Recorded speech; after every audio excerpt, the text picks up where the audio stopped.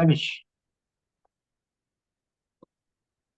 और ये विषय एक बड़ा गंभीर विषय है, क्योंकि मैं ऐसा सोचता हूँ, मैं अपने विषय में कह रहा हूँ कि हम विश्वास में हैं। परमेश्वर के वचन के द्वारा हमें प्रतिदिन अगुवाई मिलती भी है कि हमें किस प्रकार जीवन बिताना है। और वचन का अध्ययन है, संगति है, बहुत कुछ है जो परमेश्वर ने हमको दिया है। फिर भी अधिकतर परमेश्वर के वंश के विषय में हमारा क्या विश्वास है, या परमेश्वर की ऐसी क्या योजना है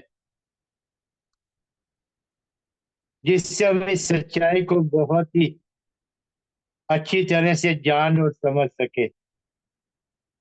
अध्ययन के लिए हम निकालेंगे रोमियो की पुस्तक और उसका 9वां अध्याय।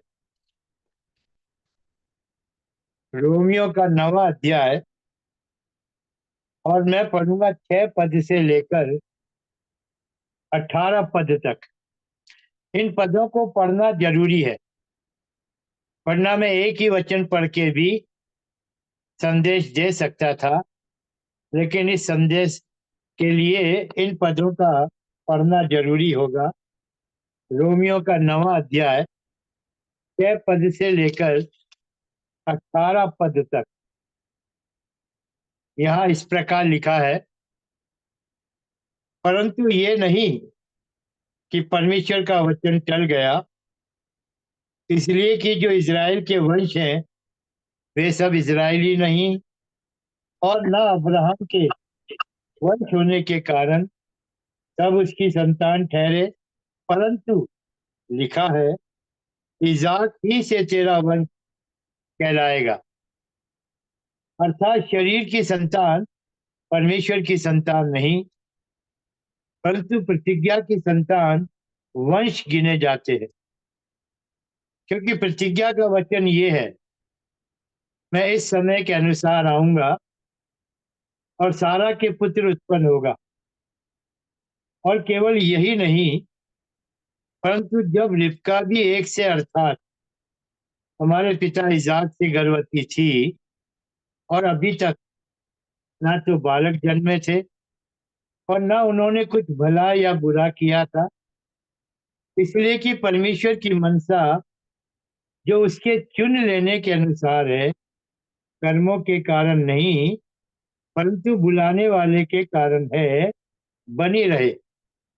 उसने कहा, जेठा छोटे का दास होगा। जैसा लिखा है, मैंने याकूब से प्रेम किया परंतु एसाव को अप्रिय जाना। इसलिए हम क्या कहें? क्या परमेश्वर के यहाँ अन्याय है? कदापि नहीं। क्योंकि वो मूसा से कहता है, मैं जिस किसी पर दया करना चाहूं उस पर दया करूंगा, और जिस किसी पर कृपा करना चाहूं उसी पर कृपा करूंगा। सो ये ना तो चाहने वाले की, ना दौड़ने वाले की, परंतु दया करने वाले परमेश्वर की बात है। क्योंकि पवित्र शास्त्र में फिरौन से कहा गया, मैंने तुझे इसीलिए खड़ा किया है कि तुझ में अपनी सामर्थ दिखाऊं और मेरे नाम का प्रचार सारी पृथ्वी पर हो। इसलिए वो जिस पर चाहता है उस पर दया करता है, और जिसे चाहता है उसे कठोर कर देता है। छोटी सी प्रार्थना, ताकि प्रभु हमारी सहायता करे। प्रेमी पिता, दयालु परमेश्वर, हम धन्यवाद देते हैं। ये समय है, आपका वचन हमने पढ़ा रोमियो के 9वें अध्याय में से कुछ पदों को। सहायता करिए प्रभु, हम में से हर एक की आवश्यकता है कि हम इस सच्चाई में उस जीवन को जो आपके साथ वंश के अनुसार हमें जोड़ देता है, कि हमारा भविष्य पूरी तरह से सुरक्षित हो सके। आपका आत्मा जो हमारा गवाह है, हमारी आंखें लगी हैं प्रभु आपकी ओर।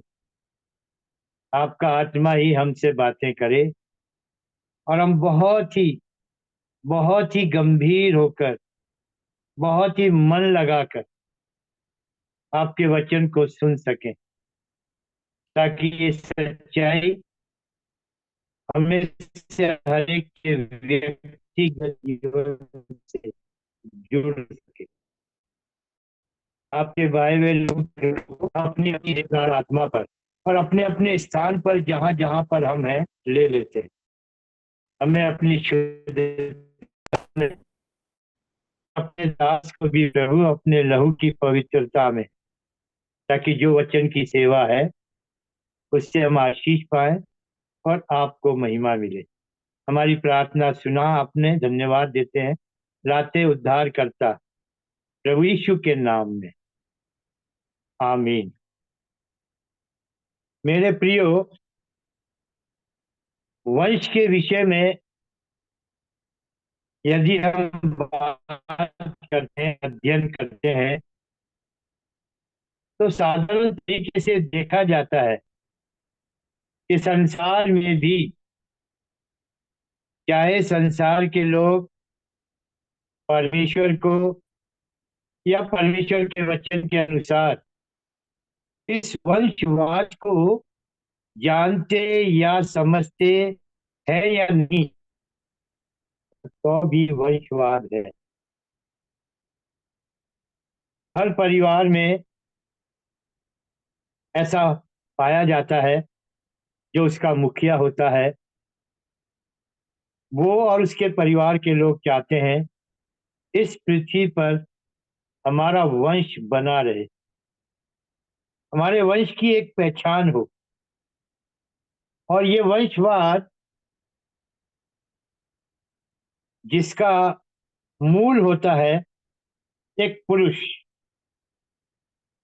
वंश का नाम वंशवाद, ये जुड़ता है जिसके लिए पुरुष की आवश्यकता होती है, क्योंकि पुरुष के पास जीवन है, पुरुष के पास नाम है, पुरुष ही समाज के अंदर एक परिवार का मुखिया होता है। और संसार में सब जाति के लोग जानते हैं कि एक ना एक दिन जो इस घर का मुखिया है उसको मरना पड़ेगा, और ऐसे ही घर के सब लोगों को भी। पर क्या चाहते हैं, हम मरेंगे तो सही, पर हमारे बाद हमारे वंश का नाम बना रहना चाहिए। मेरे प्रियो, एक बड़ी सच्चाई है जिसे लोग नहीं जानते हमको छोड़कर। जैसा वचन में भी हम पढ़ते हैं, इब्रानियों के 9 अध्याय के 27 पद में, मनुष्य के लिए एक बार मरना और उसके बाद उसका न्याय होना नियुक्त है। और ये भी लगभग सब जानते हैं कि मनुष्य को मरना है, पर तो भी चाहते हैं कि हमारा वंश या वंश का नाम चलता रहे। और जैसा मैंने कहा, वंश का नाम एक पुरुष के द्वारा ही चलता है। और ये हर जगह देखा जाता है कि घर में संतान में बेटे का जन्म होना कितना जरूरी है। यदि किसी घर में पहली ही लड़की पैदा हो गई, ठीक है, परमेश्वर का धन्यवाद करेंगे कि परमेश्वर ने हमको संतान दी, पर अंदर कहीं ना कहीं खालीपन है। अरे, लड़का होता तो कितना अच्छा होता, क्योंकि हमें वंश के लिए तो पुरुष की जरूरत है, लड़के की जरूरत है। और ऐसा देखा गया, इसी कारण से किसी किसी परिवार में एक लड़की, दो लड़की, तीन लड़की, चार लड़की, मैंने देखा है छह छह लड़कियां हो जाती हैं। फिर भी ये आशा रहती है हमें संतान मिले तो लड़का। और धन्यवाद हो, अधिकतर सातवां बच्चा लड़का हो ही जाता है और उसी से वंश चलता है। लेकिन मेरे प्रियो, उस लड़के के और उसके बाद उसके लड़के और उसके लड़के इस तरह से पीढ़ी चलती तो है, पर तो भी ये सच्चाई है, इस पृथ्वी पर का वंशवाद एक दिन समाप्त हो जाएगा। लेकिन जब हम परमेश्वर के वचन पर ध्यान करते हैं, ये कितनी बड़ी बात है कि परमेश्वर ने हम पर इस बात को प्रकट किया, इस सच्चाई को, कि वंशवाद परमेश्वर और हमारे बीच में भी है। और जैसा हमने पढ़ा रोमियो के 9वें अध्याय का 8 और 9 पद, मैं फिर से पढ़ता हूं, देखिएगा ध्यान से। रोमियो का 9वां अध्याय, उसका 8 और 9 पद। अर्थात शरीर की संतान परमेश्वर की संतान नहीं, परंतु प्रतिज्ञा की संतान वंश गिने जाते, क्योंकि प्रतिज्ञा का वचन ये है, मैं इस समय के अनुसार आऊंगा और सारा के पुत्र होगा। परमेश्वर अपने वचन के पूरा करने में कितना सामर्थ्य है, जब इस प्रतिज्ञा वचन पर हम ध्यान देते हैं। क्योंकि हम पढ़ते हैं उत्पत्ति के 18 अध्याय में, जहां पर यह प्रतिज्ञा परमेश्वर ने अब्राहम को दी। आप जब 17 अध्याय तक पढ़ेंगे उत्पत्ति का, अब्राहम का नाम 17 अध्याय से पहले अब्राम है, और जिसका अर्थ है उन्नत पिता। लेकिन जब हम 17 अध्याय में आते हैं, तो वहां परमेश्वर ने अब्राम को भी और सारे को भी आशीष दी। अब्राहम को क्या कहा? अब्राहम, बहुतों का पिता, जातियों का मूल पिता। और जो साराई थी, उसका नाम रखा सारा, आदि माता, बहुतों की माता। और जब हम 18 अध्याय में आते हैं प्रियो, और उसका 10 और 11 पद पढ़ते हैं, जैसा हमने पढ़ा रोमियो के 9वें अध्याय के 8 पद में, परंतु प्रतिज्ञा की संतान वंश गिने जाते, क्योंकि इससे पहले दी गई प्रतिज्ञा के अनुसार जो अब्राहम के घर में इजाक का जन्म होना था, उससे पहले हाजिरा के द्वारा जन्माया हुआ बच्चा इस्माइल अब्राहम की संतान। लेकिन वचन नहीं दिखा रहा प्रियो, और हम जानते भी हैं कि वो अब्राहम की संतान तो है, लेकिन प्रतिज्ञा की संतान नहीं। क्योंकि प्रतिज्ञा का वचन क्या है? उत्पत्ति के 18 अध्याय के 10 पद में लिखा है,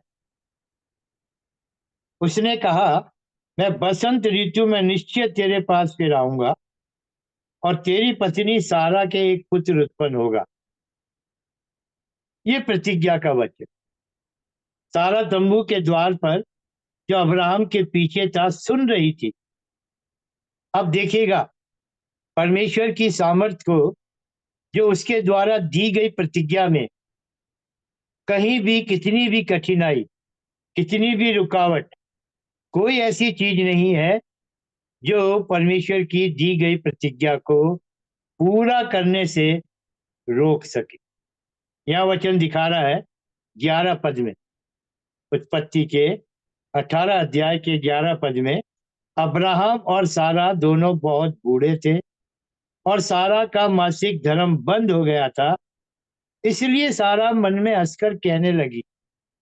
तो उसका कहना समझ में आता है, जब एक पुरुष स्त्री वृद्ध हो जाए, और तो और स्त्री का मासिक धर्म भी बंद हो जाए, तो ये तो एक प्रक्रिया है शारीरिक, कि इस दशा में पहुंचने के बाद मनुष्य को संतान की प्राप्ति नहीं होती। और यहाँ दोनों इसी हालात में हैं। दोनों वृद्ध हैं और सारा का मासिक धर्म भी बंद हो गया, और इसीलिए वो हंसी। इजाक का नाम, इजाक का अर्थ क्या? हंसी। परमेश्वर ने इसी बात को बताया भी, उसका नाम इजाक रख। उसके हंसी के पीछे हाँ परमेश्वर ने जवाब दिया। किस तरीके से हम पाते हैं प्रियो, इन सब विरोधी परिस्थितियों में भी कहीं से भी कोई परमेश्वर के द्वारा दी गई प्रतिज्ञा को पूरा होने से नहीं रोक सकता। और हम पाते हैं प्रियो, जो प्रतिज्ञा का वचन था किस प्रकार से पूरा हुआ। जब हम 21 अध्याय में आते हैं, उत्पत्ति के 21 अध्याय में, 18 अध्याय में क्या कहा था? मैं बसंत ऋतु में निश्चय तेरे पास फिर आऊंगा और तेरी पत्नी सारा से एक पुत्र उत्पन्न होगा। और मेरे प्रियो, हम 21 अध्याय के पहले और दूसरे पद को पढ़कर पाते हैं कि परमेश्वर के द्वारा दी गई प्रतिज्ञा, जो सारा के निज पुत्र प्रतिज्ञा के द्वारा जो उसे मिलने को था, यहाँ पर वर्णन है। 21 अध्याय पहला और दूसरा पद, हिंदी की बाइबल की हेडिंग में लिखा है इजाक का जन्म। यहोवा ने जैसा कहा था वैसा ही सारा की सुधि लेकर उसके साथ अपने वचन के अनुसार किया। अपने वचन के अनुसार किया।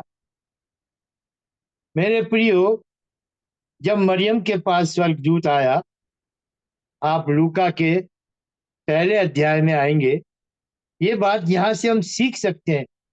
जब कोई परमेश्वर का वचन हमें मिलता है तो हमें उस पर संदेह करने के लिए कोई गुंजाइश नहीं, क्योंकि मरियम भी एक कुंवारी लड़की है। और स्वर्गदूत ने आके क्या कहा? तू पुत्र जनेगी। तो उसके लिए तो ये कितनी कितनी कठिन बात थी। लेकिन हम क्या पाते हैं, जब उसने ये कहा, 34 पद, लूका के पहले अध्याय के 34 पद में, मरियम ने स्वर्गदूत से कहा, ये कैसे होगा, मैं तो पुरुष को जानती ही नहीं। हमने देखा सारा हंसी, ये कैसे होगा, मैं बूढ़ी हूं, हाँ मेरा पति भी बूढ़ा है, चलो हम दोनों बूढ़े तो हैं, लेकिन मेरा तो मासिक धर्म भी बंद हो गया। तो उसका हंसना लाजमी लगता है। और ऐसे हम जब मरियम के विषय में पढ़ते हैं लूका के पहले अध्याय में, हाँ, जब मरियम ने स्वर्गदूत से कहा ये कैसे होगा, क्योंकि स्वर्गदूत ने क्या कहा था? 31 पद में, देख तू गर्भवती होगी और तेरे एक पुत्र उत्पन्न होगा, तो उसका नाम यीशु रखना। और 34 पद में मरियम ने स्वर्गदूत से कहा, ये कैसे होगा, मैं तो पुरुष को जानती ही नहीं। पर स्वर्गदूत ने उसको क्या उत्तर दिया? पवित्र आत्मा तुझ पर उतरेगा और परम प्रधान की सामर्थ तुझ पर छाया करेगी, इसलिए वो पवित्र जो उत्पन्न होने वाला है परमेश्वर का पुत्र कहलाएगा। क्या कहलाएगा? परमेश्वर का पुत्र। लेकिन मरियम ने क्या जवाब दिया? 37 पर, क्योंकि जो वचन परमेश्वर की ओर से होता है वो प्रभाव रहित नहीं होता। मरियम ने कहा, देख मैं प्रभु की दासी हूं, मुझे तेरे वचन के अनुसार हो। तब स्वर्गदूत उसके पास से चला गया।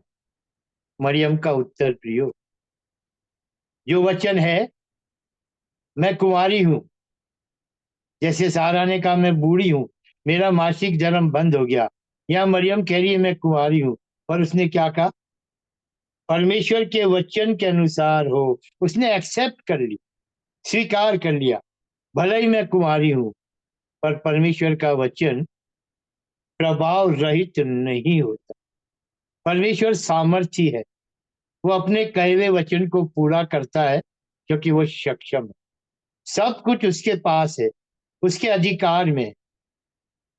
और इसी तरह से प्रियो, परमेश्वर के द्वारा दिया गया ये जो वचन था, मैं बसंत ऋतु में आऊंगा, और हम क्या पाते हैं?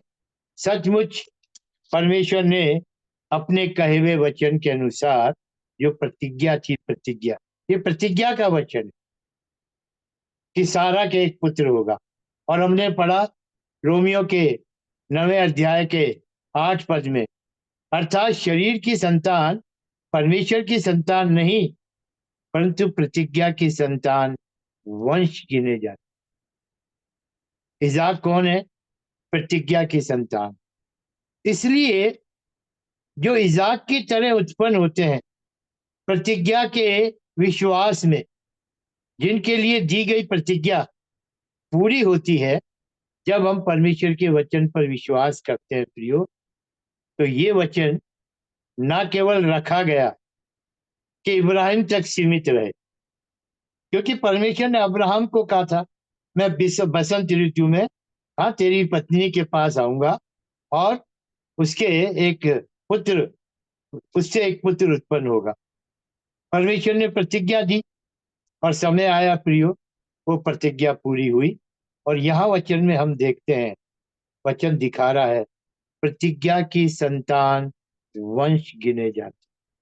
मैं बार बार कहूंगा, प्रतिज्ञा की संतान वंश गिने जाते। अपने आप को जांचो, अपने आप को देखो, क्या अभी भी हम संसार में संसार के तरीके से, समाज या पारिवारिक रीति से, इसी बात से कि हमारा भी वंश हो, हमारी भी संतान है, हमारा भी बेटा है, हमारा भी नाम चलेगा? नहीं मेरे प्रिय, मिट जाएगा। हम भी मिट जाएंगे और हमारी संतान भी मिट जाएगी और हमारा नाम भी मिट जाएगा और हमारा वंश भी मिट जाएगा। क्योंकि ये सब कुछ किसके अनुसार है? शरीर के अनुसार। और यह वचन बता रहा है शरीर की संतान परमेश्वर की संतान नहीं। और एक ऐसा समय था हमारे लिए कि हम शरीर की संतान थे, क्योंकि जब हम अपने माता पिता से उत्पन्न हुए, अर्थात हमारा ये जन्म शारीरिक, जो देह हमको मिली माता पिता से, जिस शरीर में हमने जन्म लिया, वो पाप का शरीर। और पाप के शरीर होने के कारण हम परमेश्वर की संतान हो ही नहीं सकते। वचन में लिखा भी है, जब हम यूहन्ना के 3 अध्याय के 6 पद को पढ़ते हैं, वहां प्रभु यीशु मसीह जब निकोदेमस से बात कर रहा है, क्योंकि उसके भी समझ में नहीं आ रहा था प्रभु यीशु मसीह क्या उसको समझाना चाह रहा है। क्योंकि जब 3 पद में कहा नए सिरे से जन्म लेना, 5 पद में कहा आत्मा और वचन से जन्म लेना, तो भी समझ में नहीं आया। 6 पद में कहना पड़ा जो शरीर से जन्मा है वो शरीर है, जो आत्मा से जन्मा है वो आत्मा।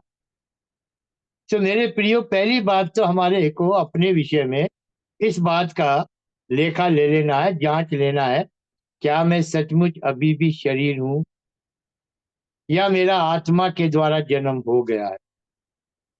क्योंकि जो आत्मा से जन्मता है वो परमेश्वर की संतान होता है। एक पापी, जब हम पापी थे, हमने अपने पापों से पश्चाताप किया। अभी हम लोग जितने वचन सुन रहे हैं मेरे प्रियो, हमारे परिवारों में यदि अभी भी कोई आत्मा के जन्म के अनुभव में नहीं है, तो ये अवसर है इस सच्चाई के सामने अपने को नतमस्तक कर ले, पश्चाताप में अपने पापों को स्वीकार कर ले, ये जानकर कि मैं शरीर हूं, शरीर पाप का है और पाप के शरीर के कारण पाप मुझे मृत्यु में ले जाएगा, ये दंड है। और इस तरीके से मैं नरक का भागी बन जाऊं, क्योंकि मेरा परमेश्वर के साथ कोई संबंध नहीं। यदि मैं परमेश्वर की संतान होऊंगा तो परमेश्वर के वंश में गिने जाने तक पहुंचूंगा। हमने पढ़ा रोमियो के 9 अध्याय के 8 पद में, शरीर की संतान परमेश्वर की संतान नहीं। इसलिए मैंने कहा यदि अभी भी कोई पाप में है, शारीरिकता में है, शरीर में है, तो मेरे प्रियो, हमारे पास अवसर है। हम तौबा कर सकते हैं, पश्चाताप कर सकते हैं, अपने पापों के लिए आप प्रभु के सामने आ सकते हैं। क्योंकि प्रभु आया, उसने खुद कहा मैं धर्मियों के लिए नहीं, हाँ, परंतु पापियों को बुलाने आया, बचाने आया, मन फिराने आया कि पापी मन फिराए। प्रभु यीशु मसीह ने खुद प्रचार किया। प्रभु यीशु मसीह का इस जगत में आने का इससे बड़ा कोई उद्देश्य नहीं। ये नहीं कि वो लोगों को चंगा करे, मुर्दों को जिलाए, ये तो उसने किया। ये तो उसने इसलिए किया कि इसके द्वारा इस जगत के लोग परमेश्वर के राज्य की सच्चाई को समझ सके। लेकिन उसका जो उद्देश्य था इस पापी को पाप से छुटकारा मिले, क्योंकि पृथ्वी पर और पुराने नियम के अनुसार जो पापों की क्षमा के लिए किया गया, जानवरों का बलिदान, पक्षियों का बलिदान, जो लहू बहाया गया, वचन दिखा रहा हमें। जब आप इब्रानियों के 10 अध्याय का 3 और 4 पद पढ़ते हैं, वहां लिखा है, स्पष्ट लिखा है, जानवरों के लहू के विषय में, उससे हमको छुटकारा नहीं। जरूरी क्या है? ऐसा लहू जो पवित्र हो, और उसके धोए जाने से हम देह में भी, आत्मा में भी, प्राण में भी पवित्र हो जाए। क्योंकि लिखा है, अनहोना है बैलों और बकरों का लहू हमारे पापों को दूर कर सकता। और इसीलिए प्रियो 5 पद में लिखा है, क्योंकि परमेश्वर ने रखा था उसकी इच्छा में कि एक देह हमारे लिए तैयार की जाए, और वो देह प्रभु यीशु मसीह। वो इसीलिए आया देह में, ताकि इस पापी जगत में जो मनुष्य पाप के कारण है, मृत्यु के अधीन है, मरेगा, और पाप का दंड उसको मृत्यु, और मृत्यु उसको नरक में ले जाए। और ये नरक अनंत विनाश है, हमेशा के लिए। वचन में लिखा है, मृत्यु और अधोलोक दोनों आग की झील में डाले।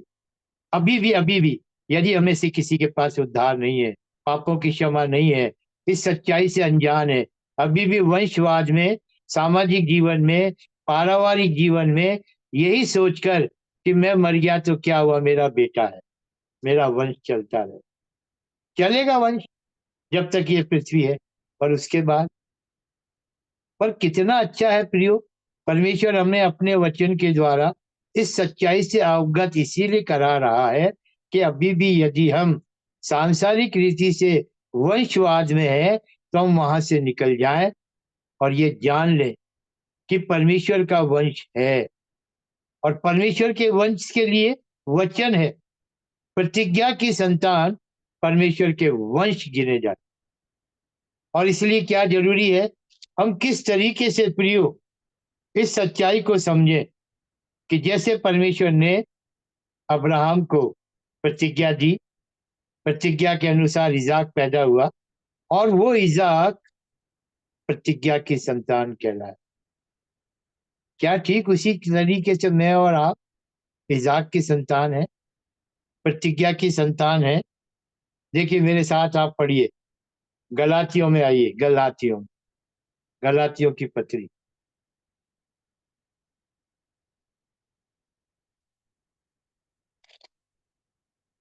और उसका 4 अध्याय, गलातियों का 4 अध्याय। और देखिए यहाँ क्या लिखा, 28 और 31।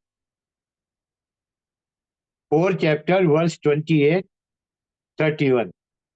हे भाइयों, हम इजाक के समान प्रतिज्ञा की संतान हैं।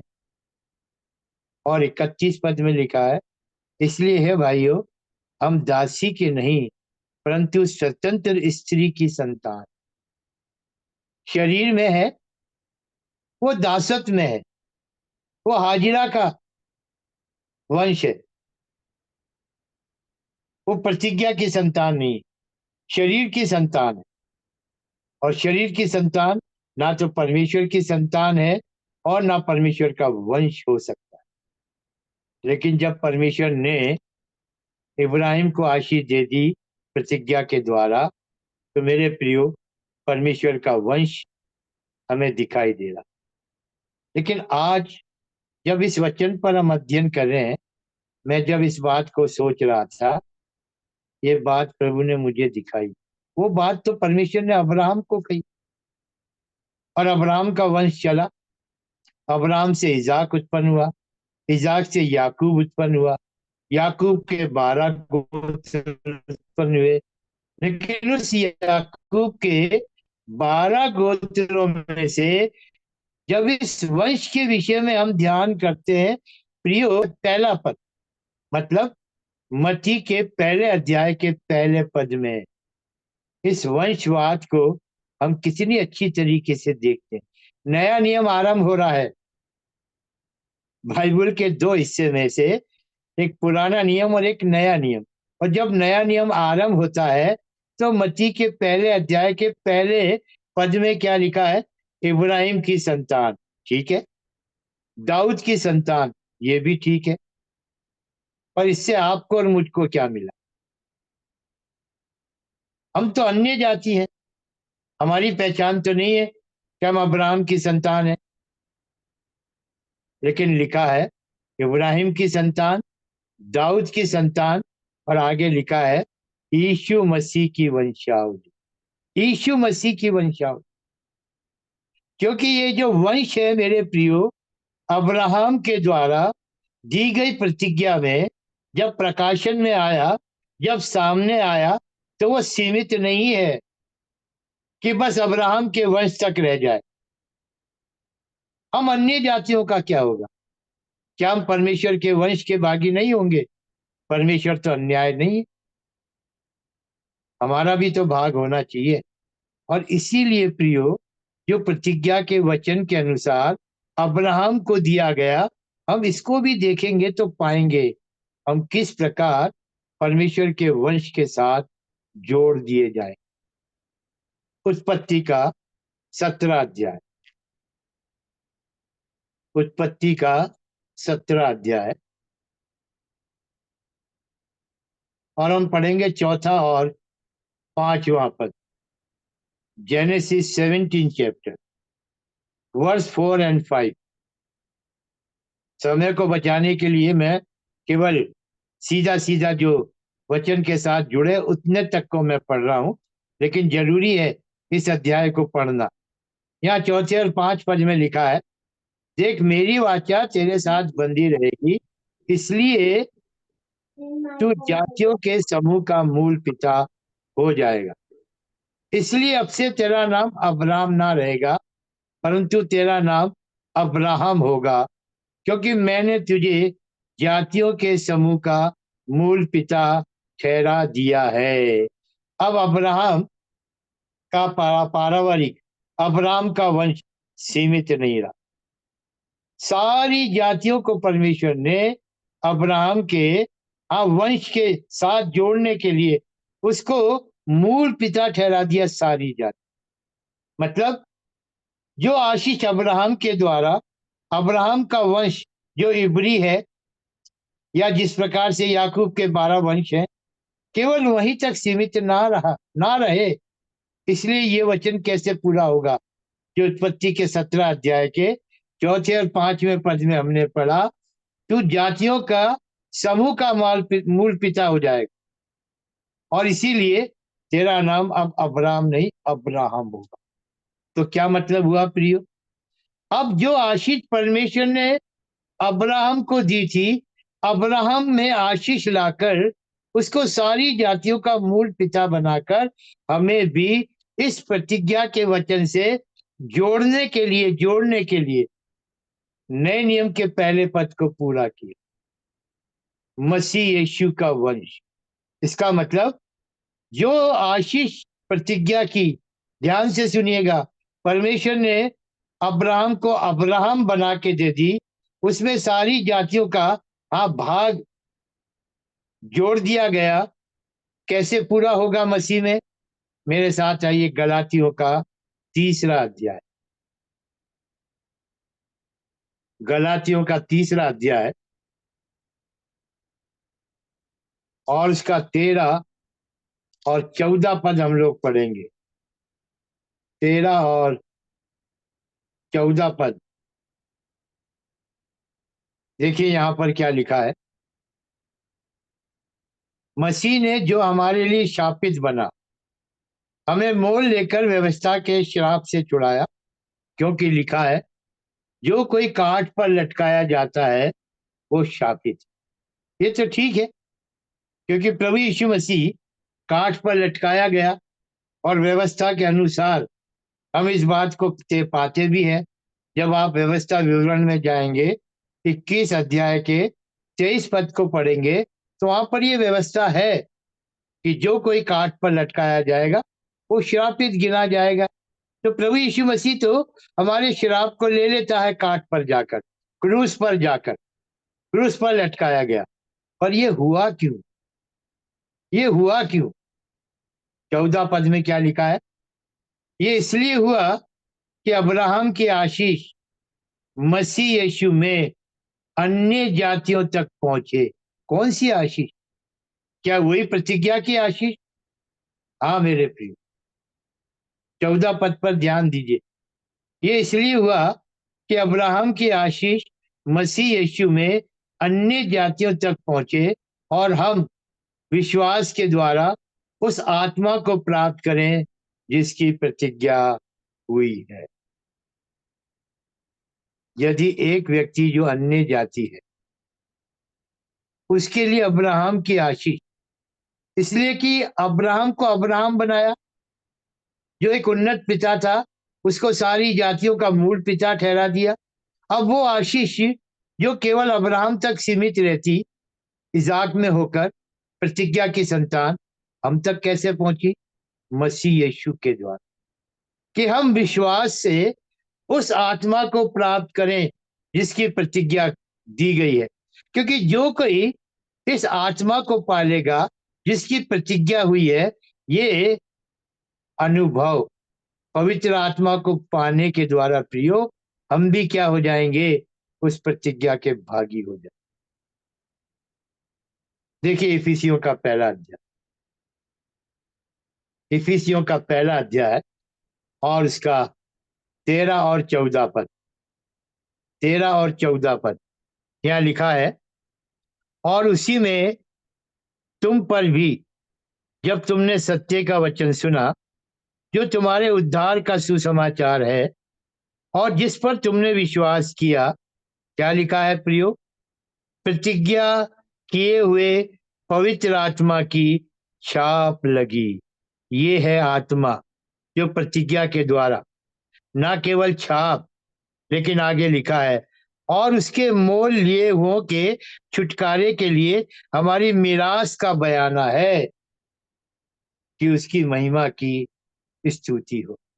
ये आत्मा को जब हम प्राप्त कर लेते हैं मेरे प्रियो, अध्ययन करने से हम पहुंच जाएंगे, संतान होने में भी पहुंच जाएंगे, वंश होने में भी पहुंच जाएंगे, मिरास में भी पहुंच जाएंगे।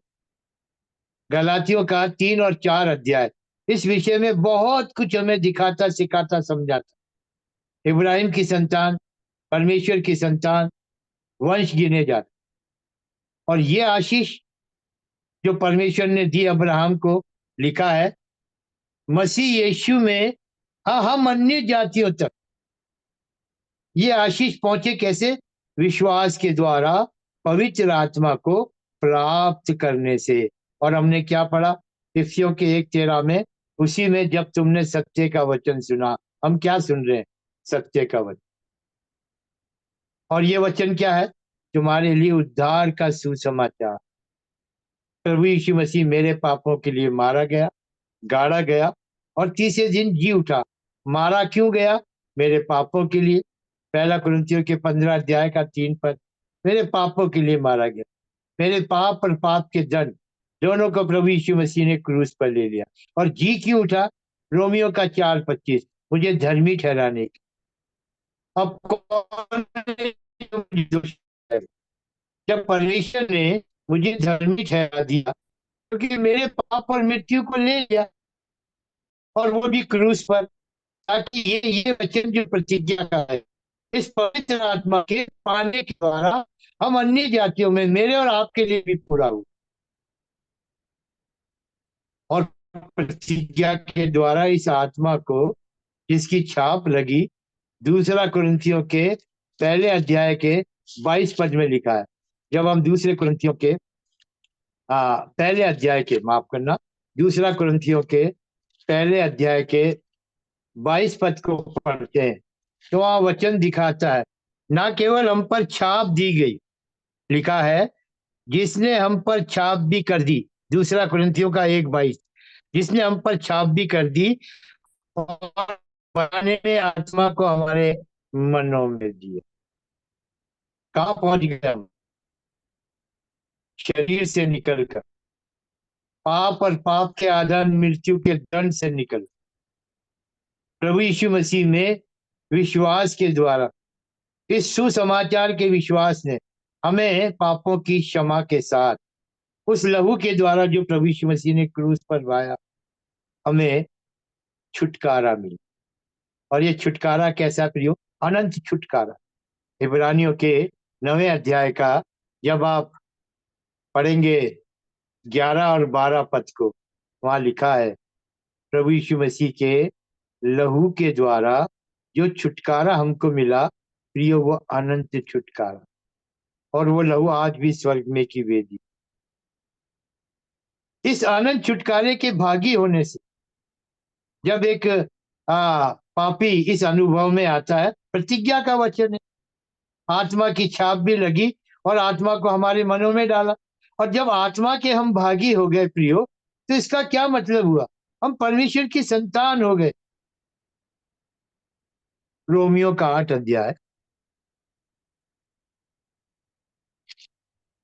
रोमियो का 8 अध्याय और 14 पद से पढ़ रहा हूं मैं, थोड़ा ध्यान दीजिएगा।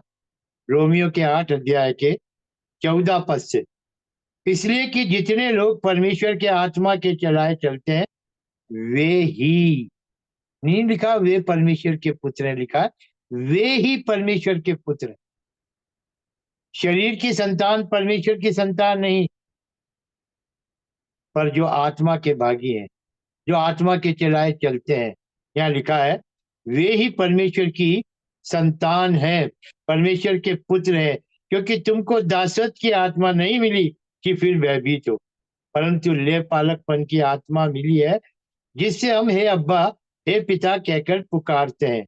आत्मा आप ही, ध्यान दीजिए, परमेश्वर का आत्मा, प्रभु यीशु मसीह का आत्मा, पवित्र आत्मा, त्रिएक परमेश्वर का आत्मा हमारे अंदर इस बात को गवाही देता है, मेरी अपनी आत्मा के साथ मिलकर, कि मैं परमेश्वर की संतान हूं।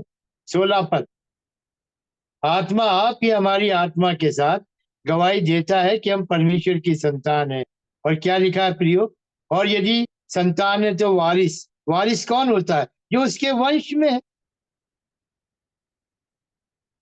कितने अच्छे तरीके से वचन में पवित्र आत्मा हमें उस विश्वास के साथ जोड़ता है प्रियो, कि हम ना केवल वहां तक सीमित हैं कि परमेश्वर ने अब्राहम को आशीष दी और इसलिए प्रतिज्ञा की संतान अर्थात इजाक जो प्रतिज्ञा की संतान है वो वंश गिना गया, लेकिन हम भी इस प्रतिज्ञा के द्वारा इस आत्मा को प्राप्त करने से जब हम भागी होते हैं, मेरे प्रियो प्रियो, ये प्रतिज्ञा के द्वारा प्राप्त किया गया आत्मा हमें परमेश्वर की संतान होने का और उसका वंश, वारिस कौन होता है? उसका वंश, हम उसके वारिस हैं। 17 पद, और यदि संतान है तो वारिस भी, वरन परमेश्वर के वारिस और मसीह के संगी वारिस। केवल प्रभु यीशु मसीह अकेला ही परमेश्वर का वारिस नहीं है कि वो पुत्र है, हम भी उसके पुत्र और पुत्रियां, हम भी प्रभु यीशु मसीह के साथ उसके वारिस है। मेरे प्रियो, मुझे नहीं मालूम हम इस वचन को कहाँ तक समझ पा रहे हैं, लेकिन मैं जानता हूं हम वचन पढ़ते हैं, अध्ययन करते हैं, संगति करते हैं, परमेश्वर का आत्मा अपने दासों के द्वारा अपनी सच्चाई को, अपनी योजना को, अपनी मनसा को, उसका जो संकल्प है हम पर प्रकट कर, वो हमें ना तो पाप में देखकर या शरीर में देखकर छोड़ देता है, बल्कि उसका प्यार है प्रियो, उसने हम पर दया की है, उसकी दया बड़ी है, वो दया का सागर है? वचन बता रहा है उसकी दया अमर है। अपनी इस बड़ी दया के कारण जो प्रेम उसने हमसे रखा, इफिसियों के 2 अध्याय के 4 पद में लिखा है। कैसे प्रियो? हाँ, हमारा उद्धार हुआ, हमें मसीह के साथ जिलाया, हम जो अपने पापों अपराधों में मरे हुए थे, हमें उस जीवन से निकाल लिया जो शरीर है, जो पाप का है, जो मृत्यु के अधीन। पर जब आज एक विश्वासी इस जीवन के विश्वास में नहीं रहता प्रियो, शरीर की लालसाओं के वश में, सांसारिक रीति से, पारिवारिक और सामाजिक जीवन में अन्य जातियों की तरह जो परमेश्वर के वंश की सच्चाई को नहीं जानते, हम लोग भी कितने हैं जो ऐसे जीवन को जी, मतलब शरीर,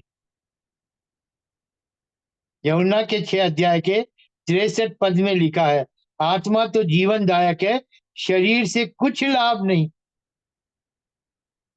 तो जब वचन हमको बता रहा है आत्मा जीवनदायक है और आत्मा के मैं और आप भागी हैं, तो मेरे प्रियो इसी जीवन के साथ रहें।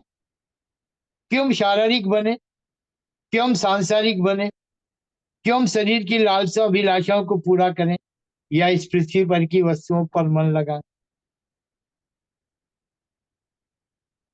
मैं एक बहुत बड़े ऑफिसर के घर में वचन को दे रहा था, मेरे मुंह पर वो वचन आ गया कि हमारे बाप दादों ने हमें क्या दिया, पाप दिया। वो बुजुर्ग बड़े नाराज हो गए, वो रिटायर्ड रेलवे के ऑफिसर थे। बाद में जब बात हुई तो मैंने कहा, हाँ ये मैंने अपनी तरफ से नहीं कहा, परमेश्वर के वचन में लिखा है। पहले पत्रस के पहले अध्याय के 18 पद में, हमारा निकम्मा चाल चलन बाप दादों से चला, हम जन्म से पापी हैं। भजन 51 का 5।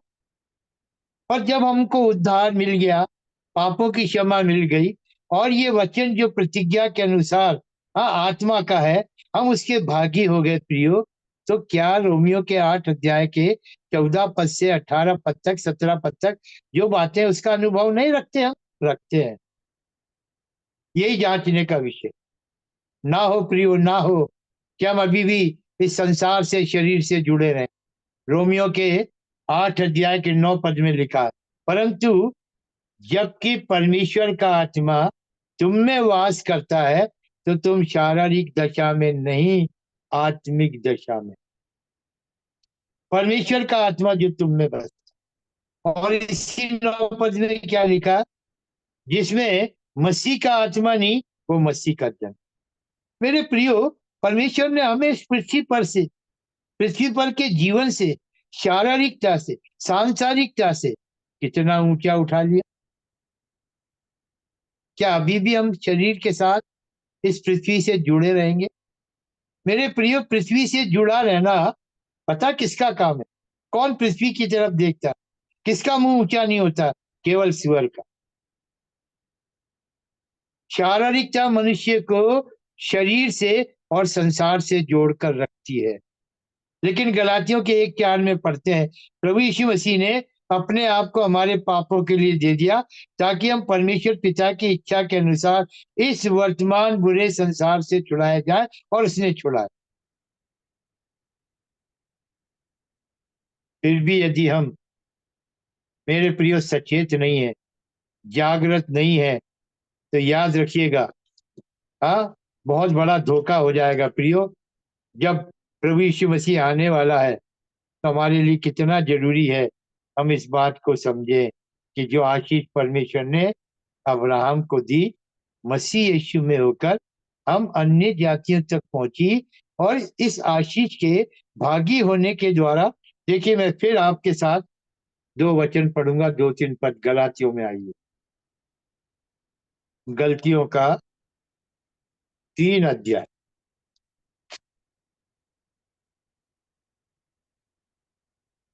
गलातियों का 3 अध्याय, गलतियों की पत्री 3 अध्याय। और मैं पढ़ूंगा प्रियो 15, 16 और 17 पद। ध्यान दीजिए, प्रतिज्ञा से जुड़ा है, अब्राहम से जुड़ा है, वंश से जुड़ा है, हम अन्य जातियों से जुड़ा। गलातियों का 3 अध्याय, 15, 16 और 17 पद। हे भाइयों, मैं मनुष्य की रीति पर कहता हूं, मनुष्य की वाचा भी जो पक्की हो जाती है, तो ना कोई उसे टालता है और ना उसमें कुछ बढ़ाता है। सो प्रतिज्ञाएं अब्राहम को और उसके वंश को दी गई।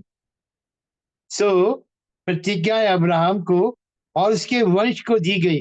वो ये नहीं कहता वंशों को, वो ये नहीं कहता वंशों को, तो फिर क्या कहता है? पर जैसे एक के विषय में कि तेरे वंश को, और वो मसीह है। अब्राहम का वंश मसीह है, और इसलिए इब्राहिम की संतान, दाऊद की संतान, प्रभु यीशु मसीह की वंशावली। मेरे प्रियो, यहाँ से नया नियम शुरू होता है। इसीलिए प्रभु यीशु मसीह ने अपने पहाड़ी उपदेश में बार बार कहा, तुम सुन चुके हो, तुम सुन चुके हो, तुमसे कहा गया था, पर मैं तुमसे ये कहता हूं, मैं तुमसे ये कहता हूं, ये प्रिय नया नियम, ये प्रभु यीशु मसीह, ये हमारी वंशावली, हम मसीह यीशु के वंश हैं। क्या आप भी अपनी दृष्टि को इस पृथ्वी पर लगाए रखोगे? क्या अभी भी संसार के साथ जीवन जियोगे? क्या अभी भी शरीर की लालसा विलासाओं को पूरा करोगे? इसी गलातियों के 3 अध्याय के देखिए क्या लिखा है, 27, 28 और 29 पद में, 3rd चैप्टर, हाँ, लास्ट 3 वर्सेस। और तुम में से जितनों ने मसीह में बपतिस्मा लिया है, उन्होंने मसीह को पहन लिया है। अब ना कोई यहूदी रहा और ना यूनानी, ना कोई दास ना स्वतंत्र, ना कोई नर ना नारी, क्योंकि तुम सब मसीह यीशु में एक हो। और यदि हम मसीह यीशु में एक हैं, तो 29 पद में क्या लिखा है, और यदि तुम मसीह के हो तो अब्राहम के वंश और प्रतिज्ञा के अनुसार वारिस। ये प्रतिज्ञा का वचन जो उत्पत्ति के 18 अध्याय के 10 पद में, मैं बसंत ऋतु में आऊंगा, और ये प्रतिज्ञा वचन पूरा हुआ कि वो जो संतान उत्पन्न नहीं कर सकती, हम जो अन्य जाति थे, हम इस इस वारिसाना हक को पा ही नहीं सकते। हम कैसे जुड़ते? हम तो अन्य जाति थे। अगरची मरियम को स्वर्गदूत ने कहा तू पुत्र जनेगी, तो धन्य वो मरियम जिसने कहा मुझे प्रभु के वचन के अनुसार। सारा हंसी, जरूर हंसी, पर परमेश्वर ने उसको हंसी दे दी, इजाक दे दिया, वंश दे दिया। और हमने पढ़ा 4 अध्याय का, गलातियों के 4 अध्याय का 28 वचन पढ़ा, हे भाइयों, हम इजाक के समान प्रतिज्ञा की संतान है। इसलिए हे भाइयों, हम दासी से नहीं, हाजिरा से नहीं, परंतु स्वतंत्र स्त्री से। और गलातियों के 5 अध्याय के पहले पद में इसी बात को उल्लेख किया गया है। मसीह ने स्वतंत्रता के लिए हमें स्वतंत्र किया है, सो हम इसी में स्थिर रहे और दासत के जुए में ना जुटे, शारीरिकता के जीवन में ना जाएं, ना पाप को, ना शरीर को, ना संतान को, और ना शैतान। मेरे प्रियो, प्रभु यीशु मसीह आने वाले, क्या है हमारी तैयारी? समय तो हो गया, लेकिन थोड़ा सा इन बातों पर हम गंभीर होकर, जैसे मैंने आरंभ में कहा कि ये विषय बड़ा गंभीर है, और मैंने ये नहीं कहा कि हम इन्हें वचनों को नहीं पढ़ा है या वचनों को नहीं सुना, पर विश्वास क्या है, जानना, विश्वास करना, हमारा अनुभव होना चाहिए। तब तो वो जो जाना, जिस पे हमने विश्वास किया, सचमुच परमेश्वर की दृष्टि में पूरा। पढ़ते हैं उत्पत्ति का 15 अध्याय का 6 पद, अब्राहम ने विश्वास किया, उसका ये विश्वास परमेश्वर के लेखे में धर्म गिना गया। तो हमारा अनुभव क्या है प्रियो? क्या अब हम निश्चय कह सकते हैं अपने व्यक्तिगत जीवन में, मैं परमेश्वर का वंश, मुझे इस पृथ्वी पर के वंश से कुछ लेना दे, मैं भी मरूंगा, हाँ, मेरी संतान भी मरे, मेरा वंश जो पृथ्वी पर है, जो शरीर के अनुसार है, समाप्त हो जाएगा। समाप्त हो जाता तो भी ठीक, और शरीर और पाप में रहकर नरक में जाए। और यदि हम परमेश्वर की संतान बन गए, मेरे प्रियो, परमेश्वर की संतान कितना अच्छा हो। ये विश्वास हमें प्रतिदिन प्रतिदिन आत्मा के जीवन के अनुसार ऊंचा उठाएगा, ऊंचा। हम नीचे नहीं रहेंगे। लिखा है, हम पढ़ते भी हैं कुलसियों के 3 अध्याय में, तो जब हम मसीह के साथ जिलाए गए तो स्वर्गीय वस्तुओं की खोज में। क्या ले जाओगे प्रियो, और क्या ले लोगे संसार और शरीर? तो परमेश्वर हमारी सहायता करे। बहुत सी बातें और भी थी, और जो मूल बातें हैं, धन्यवाद हो परमेश्वर का कि मुझ जैसे निर्बल दास के द्वारा इस वचन की सेवा में मुझे भी आशीष मिली। मुझे भी बड़ा अच्छा लग रहा है, और भी इस संदेश को देने के द्वारा मेरा विश्वास इस तरीके से, हाँ, कि मैं भी परमेश्वर का वंश हूँ। परमेश्वर ने मुझे और आप सब के लिए ये आशीष जो प्रतिज्ञा के अनुसार पूरी होती है रखी। यदि हम इस अनुभव में हैं, प्रभु का धन्यवाद। यदि नहीं है प्रियो तो वचन का अध्ययन करिए, पश्चाताप करिए। यदि कहीं शरीर और संसार है, पाप को जगह मिलती है, प्रभु आपको क्षमा करेगा और सचमुच हमें उठाएगा। वो गिरे हुए को उठाने वाला है। वो हमारी निर्बलताओं को जानता है। वो हमें छोड़ नहीं देता प्रियो, पर वो हमारे मन को देख। हम परमेश्वर के वचन पर कितना विश्वास कर। मुझे वो बात बार बार मुंह पर आती है। मरियम कुंवारी है, हाँ जानती है, कुंवारी के बच्चे का जन्म होना पत्थरवा किया जाना, पर उसने क्या कहा? मुझे प्रभु के वचन के अनुसार। हम भी ऐसी प्रार्थना करें, प्रभु आपके वचन के अनुसार मेरे जीवन में भी इस विश्वास के साथ कि मैं आप ही का वंश हूँ, अपने जीवन के दिन बिताऊं, ताकि मैं उस वंश का भागी, जो परमेश्वर का वंश है, इस पृथ्वी पर रहते हुए भी और मेरे भविष्य में। परमेश्वर हमारी सहायता करे और हमें आशीष दे। हाँ भाई। यस ब्रदर, प्रार्थना करेंगे। भाई करिए।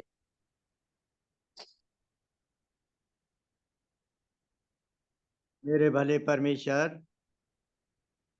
धन्यवाद देता हूँ प्रभु जी, इस बाइबल अध्ययन मीटिंग के समय में प्रभु जी आपने परमेश्वर के वंश के विषय में व्याख्या की है और इस वंश में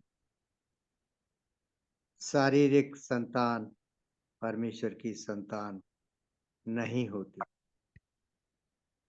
परंतु प्रतिज्ञा की संतान वंश गिने जाते हैं, जैसा कि आपने अपने वचन रोमी की पत्री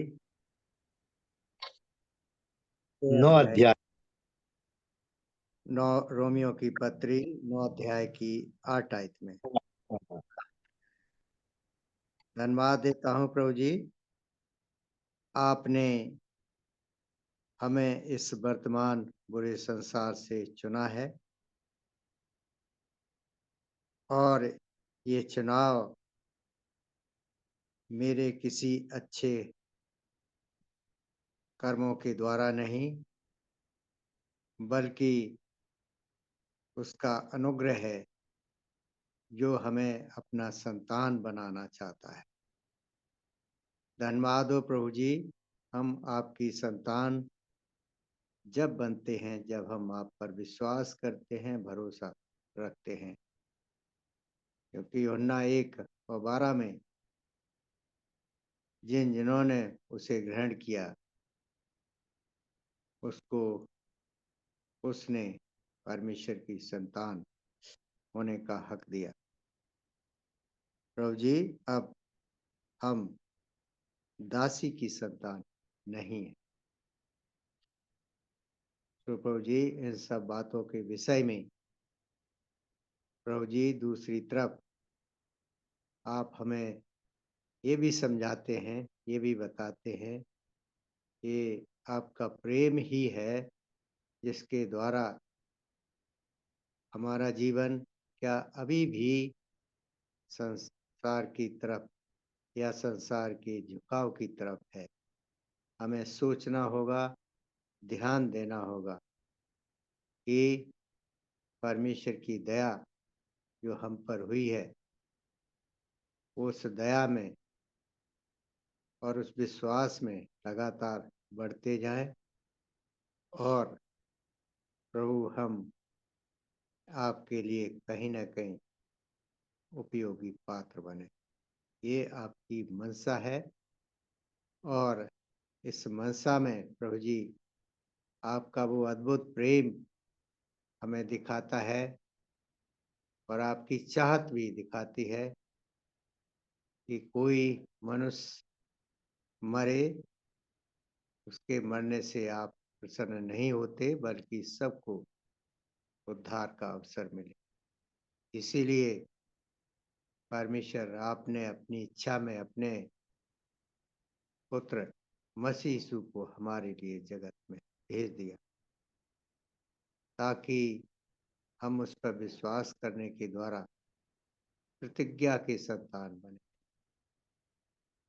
क्योंकि प्रतिज्ञा की संतान ही परमेश्वर के पुत्र और पुत्रियां कहलाएंगे। धन्यवाद देता हूँ प्रभु जी आपके सब जीवित वचनों के लिए, जो हमें दिखाते हैं कि एक समय था हमारा इस जीवन में जब हम सांसारिक थे, सांसारिक कुरीतियों में थे, हमारे ऊपर परमेश्वर का दंड था और उस दंड से बचने के लिए हमारे पास कोई उपाय नहीं। ये अद्भुत है प्रभु जी, परमेश्वर की दया, जिसने हमारे लिए ऐसा इंतजाम किया कि हम परमेश्वर के दंड से बच सकते हैं जो आजीवन का है। और उस बचाव में